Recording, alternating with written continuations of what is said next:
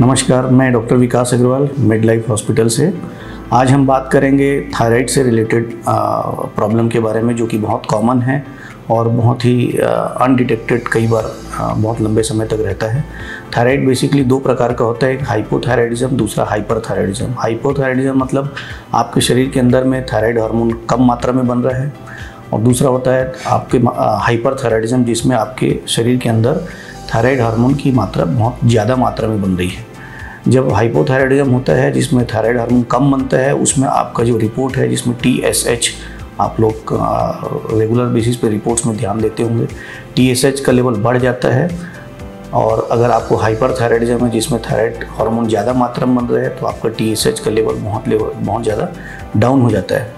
इसके symptoms usually hypothyroid जिसमें thyroid मात्रा कम हो जाती है आपके शरीर में, तो उसमें वेट गेन होने लगता है, शरीर में सूजन आने लगता है, धड़कन कम होने लगता है, कॉन्स्टिपेशन रहता है, रेगुलर बेसिस पे पेट साफ नहीं होता है, ठंड ज़्यादा लगती है, गर्मियों के दिनों में भी आपको ठंड लगने लगती है, बाल झड़ने लगते हैं, खून की कमी होने लगती है, और पीरियड्स अगर फीमेल हैं तो इरेगुलर पीरियड्स होने लगते हैं, इनफर्टिलिटी हो जाता है, जैसे कि बच्चा लेने में समस्या आने लगती है, आपको रेगुलर बेसिस पे इन्फेक्शंस होने लगते हैं, जल्दी से ठीक नहीं होता है। ये सारे सिम्टम्स आते हैं जब आपको हाइपोथायराइडिज्म होता है, मतलब कि थायराइड हार्मोन आपके शरीर में कम बन रहा है।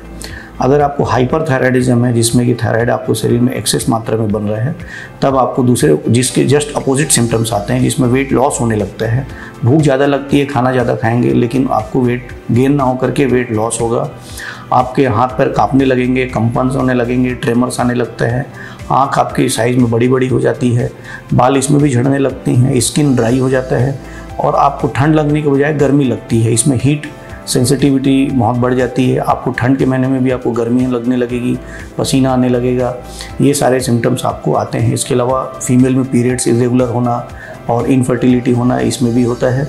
तो ये सारे सिम्टम्स अगर आपको हैं तो हो सकता है आपको हाइपरथायराइडिज्म हो। तो आपको अपना थायराइड फंक्शन टेस्ट कराना होता है, जिसमें T3 लेवल, T4 लेवल और TSH लेवल की टेस्ट किया जाता है। इसको हर 3 महीने में टेस्ट को कराना चाहिए अगर आपको एक बार बीमारी हो गई है तो। अगर आपको नहीं है और सिम्टम्स आपको ऐसा लगता है कि हो सकता है मुझे हो, तो हर 6 महीने में अपना थायराइड फंक्शन टेस्ट कराना चाहिए।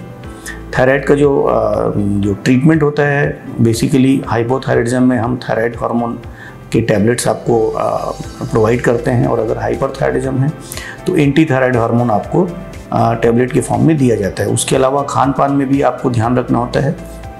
अगर आपको हाइपोथायराइडिज्म है तो आपको वेट गेन ज़्यादा होता है, तो आपको वैसे फूड्स अवॉइड करने हैं जिससे वेट गेन होता है, जैसे कि जंक फूड अवॉइड करना है, सेडेंटरी लाइफस्टाइल नहीं रखना है, फिजिकल एक्टिविटी अच्छा रखना है। उसके अलावा जैसे कुछ फूड प्रोडक्ट्स हैं जैसे कि गोभी है, पालक, ये सब का सेवन नहीं करना है या कम मात्रा में करना है, ताकि आपका थायराइड हार्मोन मेंटेन रहे। अगर आपको हाइपरथायराइड है तो आपको रेगुलर बेसिस पे एंटी थायराइड हार्मोन का सेवन करते रहना है, खान पान का विशेष ध्यान रखना है, और डॉक्टर के पास आपको रेगुलर विजिट करते रहना है, और हर 3 महीने में आपको अपने थायराइड का टेस्ट करवाते रहना है। धन्यवाद।